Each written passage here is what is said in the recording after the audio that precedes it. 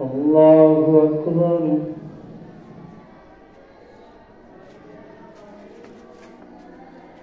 الحمد لله رب العالمين الرحمن الرحيم مالك يوم الدين إياك نعبد وإياك نستعين اهدنا الصراط المستقيم صراط الذين أنعمت عليهم غير المغضوب عليهم ولا الضالين.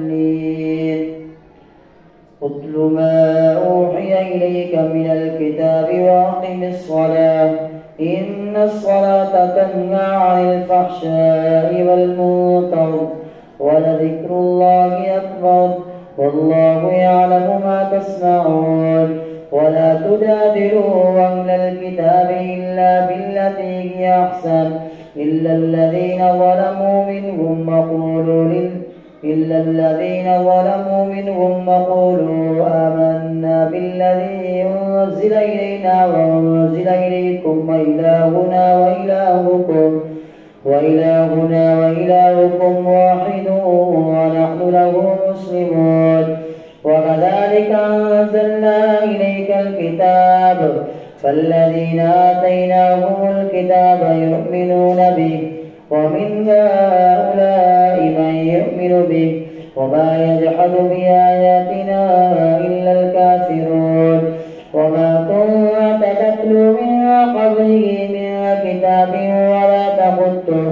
ولا تخطه بيمينك إذا لارتاب المبطلون بل هو آيات بينات في صدور الذين أوتوا العلم وما يجحد بآياتنا إلا الظالمون. وقالوا لولا أنزل عليه آيات من ربه قل إنما الآيات عند الله وإنما أنا نذير مبين. أولم يكفهم أنا أنزلنا عليك الكتاب يتلى عليهم إن في ذلك لرحمة وذكرى لقوم يؤمنون. قل كفى بالله بيني وبينكم شهيدا يعلم ما في السماوات والأرض والذين آمنوا بالباطل وكفروا بالله أولئك هم الخاسرون. ويستعجلونك بالعذاب ولولا أجل مسمى لجاءهم العذاب وليأتينهم بغتة وهم لا يشعرون. يستعجلونك بالعذاب وإن جهنم لمحيطة بالكافرين يوم يغشاهم العذاب من فوقهم ومن تحت أرجلهم ويقول للذين ظلموا ذوقوا عذاب الخلد. يستعجلونك بالعذاب وإن جهنم لمحيطة بالكافرين يوم يغشاهم العذاب من فوقهم ومن تحت أرجلهم ويقول ذوقوا ما كنتم تعملون. يا عبادي الذين آمنوا إن أرضي واسعة فإياي فاعبدون. كل نفس ذائقة الموت ثم إلينا ترجعون. والذين آمنوا وعملوا الصالحات لنبوئنهم من الجنة غرفا تجري من تحتها الأنهار خالدين فيها نعم أجر العاملين الذين صبروا على ربهم يتوكلون. وكأين من دابة لا تحمل رزقها الله يرزقها وإياكم وهو السميع العليم. ولئن سألتهم من خلق السماوات والأرض وسخر الشمس والقمر ليقولن الله فأنى يؤفكون. الله يبسط الرزق لمن يشاء من عباده ويقدر له إن الله بكل شيء عليم. ولئن سألتهم من نزل من السماء ماء فأحيا به وأحيا به الأرض من بعد موتها ليقولن الله قل الحمد لله بل أكثرهم لا يعقلون وما هذه الحياة الدنيا إلا لهو ولعب وإن الدار الآخرة لهي الحيوان لو كانوا يعلمون فإذا ركبوا في الفلك دعوا الله مخلصين له الدين فلما نجاهم إلى البر إذا هم يشركون ليكفروا بما آتيناهم وليتمتعوا فسوف يعلمون أولم يروا أنا جعلنا حرما آمنا ويتخطف الناس من حولهم أفبالباطل يؤمنون وبنعمة الله يكفرون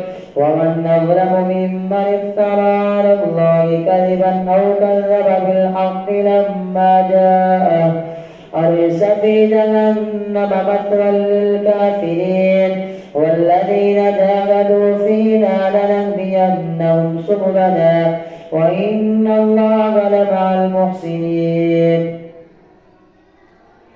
ألف لام ميم غلبت الروم في أدنى الأرض وهم من بعد غلبهم سيغلبون في بضع سنين لله الأمر من قبل ومن بعد ويومئذ يفرح المؤمنون بنصر الله ينصر من يشاء وهو العزيز الرحيم. وعد الله لا يخلف الله وعده ولكن أكثر الناس لا يعلمون ظاهرا من الحياة الدنيا وهم عن الآخرة هم غافلون. أولم يتفكروا في أنفسهم ما خلق الله السماوات والأرض وما بينهما إلا بالحق وأجل مسمى وإن كثيرا من الناس بلقاء ربهم لكافرون. أولم يسيروا في الأرض فينظروا كيف كان عاقبة الذين من قبلهم كانوا أشد منهم قوة وأثاروا الأرض وعملوها أكثر مما عملوها وجاءتهم رسلهم بالبينات كانوا أشد منهم قوة وأثاروا الأرض عملوها أكثر مما عملوها وجاءتهم رسلهم بالبينات فما كان الله ليظلمهم ولكن كانوا أنفسهم يظلمون. ثم كان عاقبة الذين أساءوا السوء أن كذبوا بآيات الله وكانوا بها يستهزئون. الله يبدأ الخلق ثم يعيده ثم إليه ترجعون. ويوم تقوم الساعة يبلس المجرمون ولم يكن لهم من شركائهم شفعاء وكانوا بشركائهم كافرين. ويوم تقوم الساعة يومئذ يتفرقون فأما الذين آمنوا وعملوا الصالحات فهم في روضة يحبرون وأما الذين كفروا وكذبوا بلقاء الآخرة فأولئك في العذاب محضرون. فسبحان الله حين تمسون وحين تصبحون وله الحمد في السماوات والأرض وعشيا وحين تظهرون. يخرج الحي من الميت ويخرج الميت من الحي ويحيي الأرض بعد موتها وكذلك تخرجون. ومن آياته أن خلقكم من تراب ثم إذا أنتم بشر تنتشرون. ومن آياته أن خلق لكم من أنفسكم أزواجا لتسكنوا إليها وجعل بينكم مودة ورحمة إن في ذلك لآيات لقوم يتفكرون. ومن آياته خلق السماوات والأرض واختلاف ألسنتكم وألوانكم إن في ذلك لآيات للعالمين ومن آياته منامكم بالليل والنهار وابتغاؤكم من فضله إن في ذلك لآيات لقوم يسمعون ومن آياته يريكم البرق خوفا وطمعا وينزل من السماء ماء فيحيي به الأرض بعد موتها إن في ذلك لآيات لقوم يعقلون ومن آياته أن تقوم السماء والأرض بأمره ثم إذا دعاكم دعوة من الأرض إذا أنتم تخرجون وله من في السماوات والأرض كل له قانتون وهو الذي يبدأ الخلق ثم يعيده وهو أهون عليه وله المثل الأعلى وهو العزيز الحكيم وله المثل الأعلى في السماوات والأرض وهو العزيز الحكيم. الله أكبر.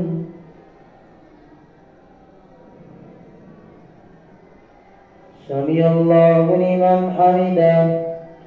الله أكبر. الله أكبر. الله أكبر. الله أكبر. الحمد لله رب العالمين الرحمن الرحيم مالك يوم الدين إياك نعبد وإياك نستعين اهدنا الصراط المستقيم صراط الذين أنعمت عليهم غير المغضوب عليهم ولا الضالين. ضرب لكم مثلا من أنفسكم هل لكم مما ملكت أيمانكم من شركاء فيما رزقناكم فأنتم فيه سواء تخافونهم كخيفتكم أنفسكم كذلك نفصل الآيات لقوم يعقلون بل اتبع الذين ظلموا أهواءهم بغير علم فمن يهدي من أضل الله وما لهم من ناصرين فأقم وجهك للدين حنيفا فطرة الله التي فطر الناس عليها لا تبديل لخلق الله ذلك الدين القيم ولكن أكثر الناس لا يعلمون منيبين إليه واتقوه وأقيموا الصلاة ولا تكونوا من المشركين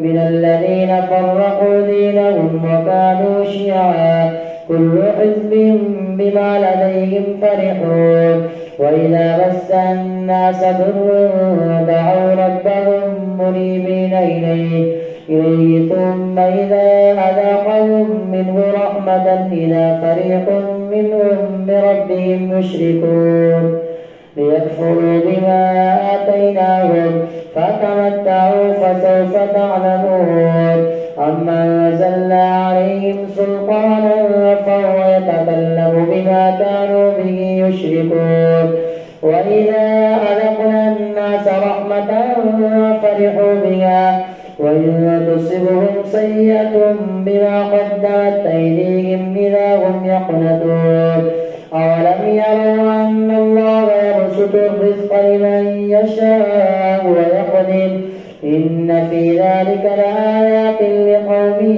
يؤمنون فآت ذا القربى حقه والمسكين وابن السبيل ذلك خير للذين يريدون وجه الله وأولئك هم المفلحون وما آتيتم من ربا ليربو في أموال الناس فلا يربو عند الله وما آتيتم من زكاة تريدون وجه الله فأولئك المضعفون. الله الذي خلقكم ثم رزقكم ثم يميتكم ثم يحييكم.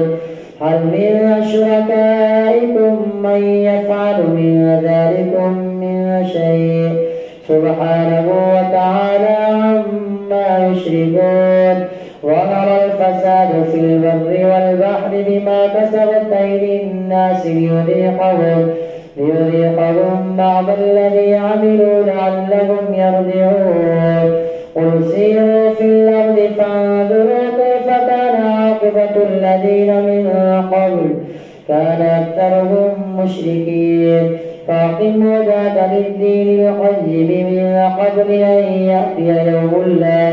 أن يأتي يوم لا مرد له من الله يومئذ يصدعون. من كفر فعليه كفره ومن عمل صالحا فلأنفسهم يمهدون. ليجزي الذين آمنوا وعملوا الصالحات من فضله إنه لا يحب الكافرين.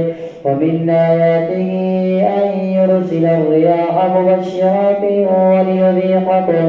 وليذيقكم من رحمته ولتجري الفلك بأمره ولتبتغوا من فضله ولعلكم تشكرون.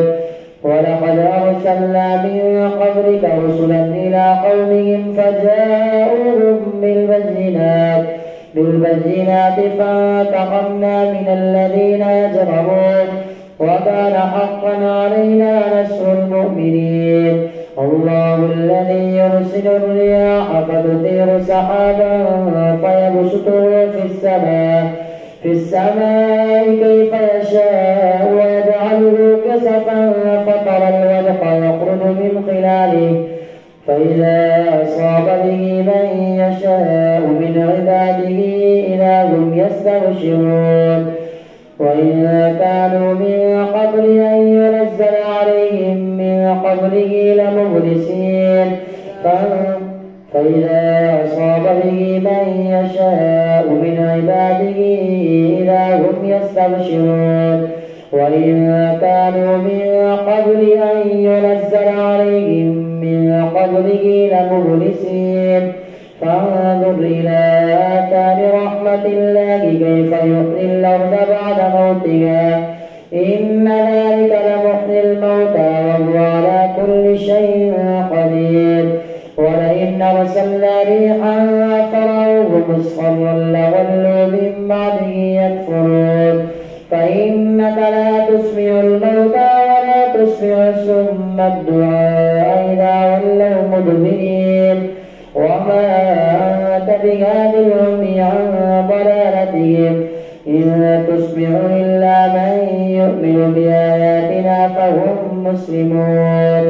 الله الذي خلقكم من ضعف ثم جعل من بعد ضعف قوة ثم جعل من بعد قوة ضعفا وشيبة يخلق ما يشاء وهو العليم القدير. ويوم تقوم الساعة يقسم المجرمون ما لبثوا غير ساعة كذلك كانوا يؤفكون. وقال الذين أوتوا العلم والإيمان لقد لبثتم في كتاب الله إلى يوم البعث فهذا يوم البعث ولكنكم كنتم لا تعلمون. فيومئذ لا ينفع الذين ظلموا معذرتهم ولا هم يستعتبون. ولقد ضربنا للناس في هذا القرآن من كل مثل ولئن جئتهم بآية ليقولن الذين كفروا إن أنتم إلا مبطلون. كذلك يطبع الله على قلوب الذين لا يعلمون. فاصبر إن وعد الله حق ولا يستخفنك الذين لا يوقنون. ألف لام ميم تلك آيات الكتاب الحكيم هدى ورحمة للمحسنين الذين يقيمون الصلاة ويؤتون الزكاة وهم بالآخرة هم يوقنون أولئك على هدى من ربهم وأولئك هم المفلحون ومن الناس من يشتري لهو الحديث ليضل عن سبيل الله بغير علم ويتخذها هزوا أولئك لهم عذاب مهين وإذا تتلى عليه آياتنا ولى مستكبرا كأن لم يسمعها كأن في أذنيه وقرا فبشره بعذاب أليم إن الذين آمنوا وعملوا الصالحات لهم جنات النعيم خالدين فيها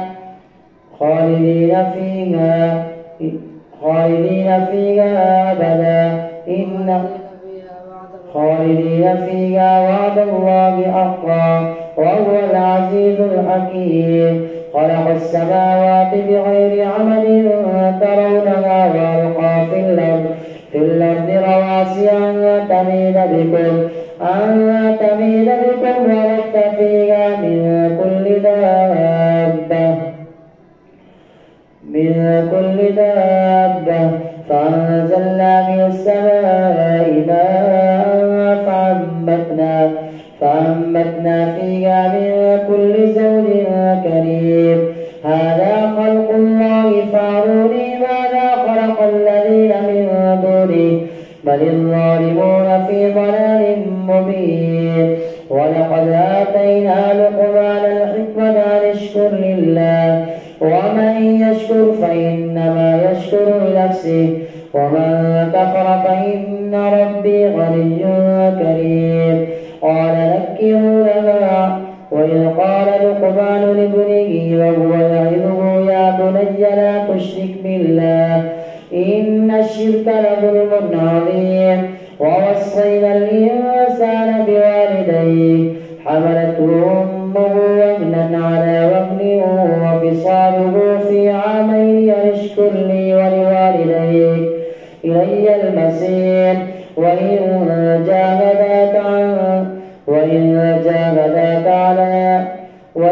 جاهداك على أن تشرك بي ما ليس لك به علم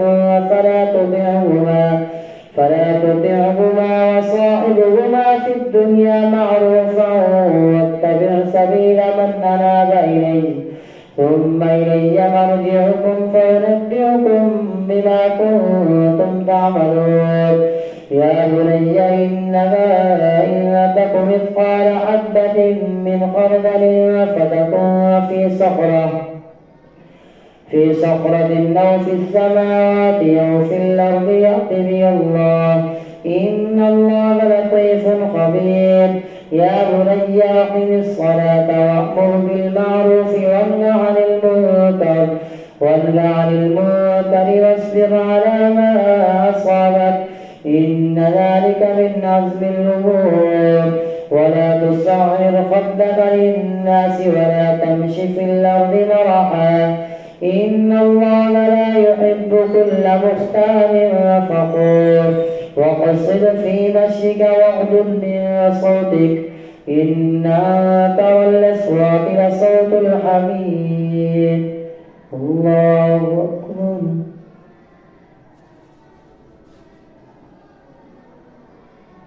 سمع الله لمن حمده الله أكبر الله أكبر الله